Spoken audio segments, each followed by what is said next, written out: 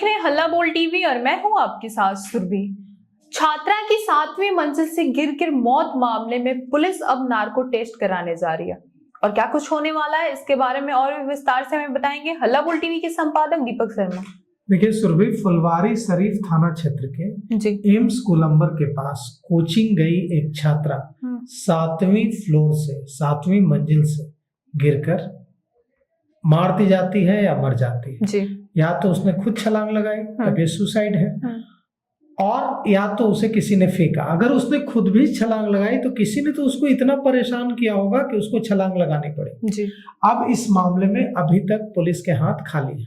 Police पता नहीं लगा पाई है कि अगर किस फेंका तो किसने फेंका जी। अगर उसने खुद छलांग लगाई तो किसने उसको विवश किया, किसने उसके जीवन में ऐसी परिस्थिति ला दी कि उसको छत से कूदना पड़ा जी। क्या उसके साथ किसी तरह का गलत करने की कोशिश की गई छत पर, या कोई उसको लगातार ब्लैकमेल कर रहा था जिसकी वजह से वो छत पर गई और छलांग लगा दी।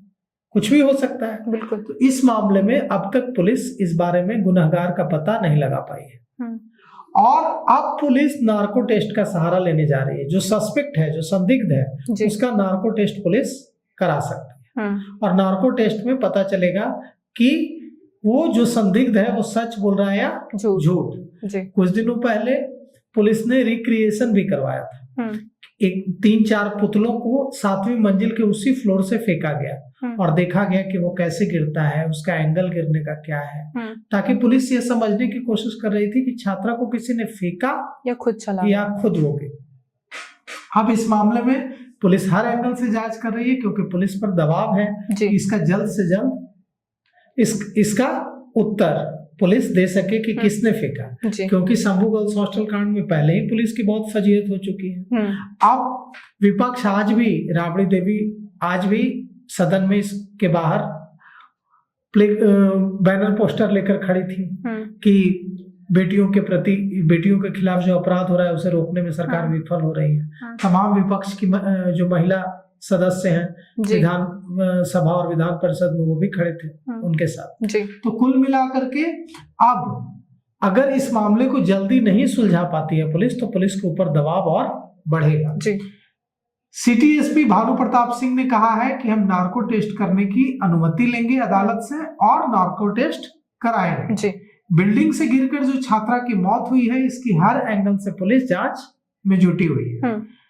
पटना पुलिस की टीम सिविल कोर्ट जाकर संदिग्ध के नार्को टेस्ट के लिए आवेदन दे सकती है, क्योंकि नार्को टेस्ट कराने के लिए कोर्ट से अनुमति लेनी होती है जी।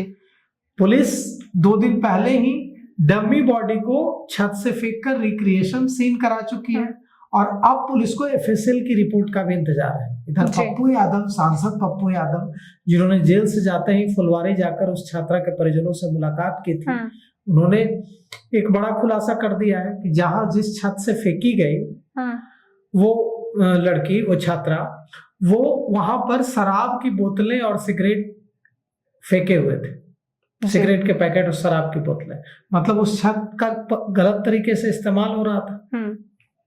कुल मिलाकर के अब इसकी भी जांच की जानी चाहिए। बिहार में तो शराब प्रतिबंधित है, फिर कौन लोग वहां बैठकर उस 7वें तल्ले पर बैठकर शराब पीते थे और सिगरेट पीते थे। अब जो छात्रा है वो कोचिंग के लिए निकली थी, 12th क्लास में पढ़ती थी जी। 10 बजे कोचिंग के लिए निकली और थोड़ी देर बाद उसके घर को फोन करके उसके परिजनों को बताया गया कि उसने सुसाइड कर लिया है जी। शुरुआती जांच में पुलिस ने कुछ संदिग्धों को हिरासत में लिया, उससे पूछताछ की गई, लेकिन अब तक पुलिस गुनहगार तक नहीं पहुंच पाई है।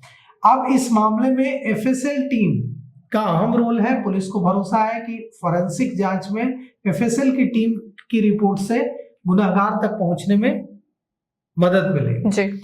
पुलिस यह समझने की कोशिश की रिक्रिएशन में कि जब फेंका गया डमी पुतला को तो गिरने का कोण क्या था, किस ऊंचाई से, किस परिस्थिति से गिरने पर कैसे गिरा पुतला, ये सारी चीजें समझने की कोशिश कर रही कि ताकि पता चले कि उसने छलांग लगाई या उसे किसी ने फेंका है। अब पटना पुलिस आज सिविल कोर्ट में संदिग्धों के नार्को टेस्ट की अनुमति के लिए दरवाजा कोर्ट का खटखटा सकती है, पटना सिविल कोर्ट में जा सकती है। एसपी ने कहा है कि जो नार्को टेस्ट या पॉलीग्राफी टेस्ट होगा उसमें कई बातें ऐसी पता चल सकती हैं जो अब तक संदिग्ध छिपा रहे होंगे, तो इससे पुलिस को पता चल पाएगा कि आखिर वहां हुआ क्या था। अब इस संदिग्ध मौत को लेकर भी तरह तरह की बातें आ रही हैं। अगर उसने सुसाइड किया तो उसको किसने इतना परेशान किया? क्या उसको ब्लैकमेल किया जा रहा था या उसके साथ छत पर कुछ गलत करने की कोशिश की गई और बचने के लिए उसने छलांग लगा दी? अब इस मामले का खुलासा करने का पूरा दारोमदार सिटी एसपी भानु प्रताप सिंह पर है। देखिए कब तक इस मामले का खुलासा होता है। जी, 7वीं मंजिल से कूदकर जिस 12 छात्रा की जान चली गई उसमें पुलिस के हाथ अभी खाली है, पुलिस के हाथ अभी कुछ नहीं लगा है। लेकिन आज पुलिस कोर्ट में नार्को टेस्ट के लिए अनुमति मांगेगी और देखते हैं कोर्ट का क्या फैसला आता है। इसको लेके आपकी क्या राय है हमें कमेंट करके जरूर बताएं। फिलहाल इस पेशकश में इतना ही। तमाम खबरों के लिए देखते रहे हल्ला बोल टीवी। धन्यवाद।